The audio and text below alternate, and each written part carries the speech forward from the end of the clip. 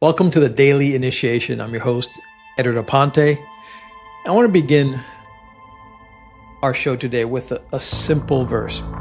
Maybe if you're Christian and you've been to Sunday school, you may recall this. Philippians 4, 11 through 13. That's the verses. The quote says, "I have learned in whatever state I am therein to be content." Now, if you're familiar with our podcast, we talked about reading deep verses, statements, esoteric sentences backwards to try to see if there's a quicker way to grasp the deeper meaning. Contentment is the last word in this verse. I have learned in whatever state I am therein to be content. Contentment as a form of learned behavior. He says, I have learned.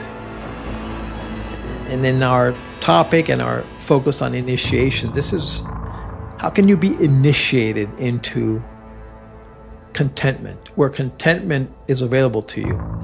How many of you out there today can say, I'm 100% content? Exactly. Very few hands, if any. Contentment is almost like a rare commodity. If you have it, you're like lucky, but you don't really expect it. You may not think you deserve to be content. This verse says you can learn to be content where? In whatever state. So it's not happenstance. It's not like you're super content when you win the lottery. But in whatever state you're in, you can learn contentment. So that's the challenge today. I want you to find contentment. It's a learned initiation. But you might be saying, Edward, get to the point. How do I learn to be content? The verse doesn't really go into that, but the term learned, it has this idea of initiation and tinkering. And I want to get a little bit esoteric. Like, why do you think or not think the way you do? Like, tinker with your thought patterns.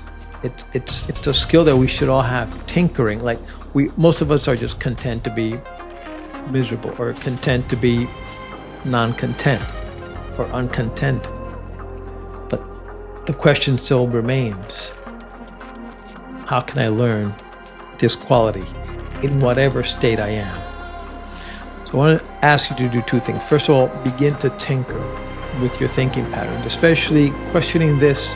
This is one concept, contentment. You might be saying it's a rare commodity, but why? Tinker with your brain. Why don't I want to be content in whatever state I am? Because moving down the line, when you're truly content, then you're immovable. You would be the most stable person in the building, in the room. Like, if you're content when everything goes south, that speaks to your stability, your emotional intelligence, your human agency.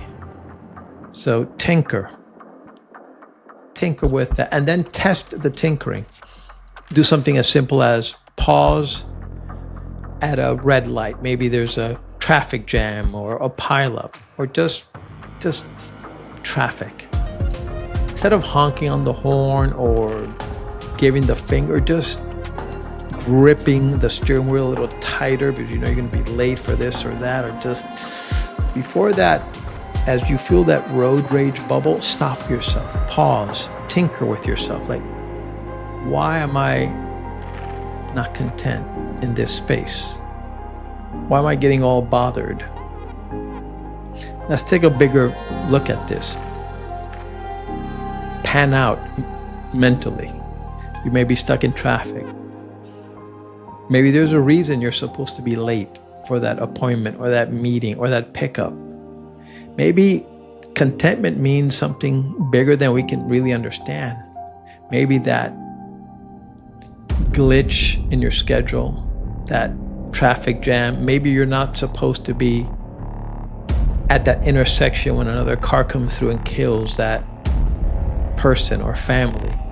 Maybe all this unscheduled events, maybe that's the universe saying, taking care of you, saying, today is not your day for that to happen. So I'm going to throw this traffic jam or this extra person in line at the grocery store, any of that stuff that kind of just discombobbles us. Exchange that part of you with contentment. Why is that person just, maybe I'm not supposed to be next? So look at it as contentment as being a byproduct of you understanding that the universe may have your back that day under that circumstance. Interpret, look at that traffic jam from that angle. That may be the start of true contentment.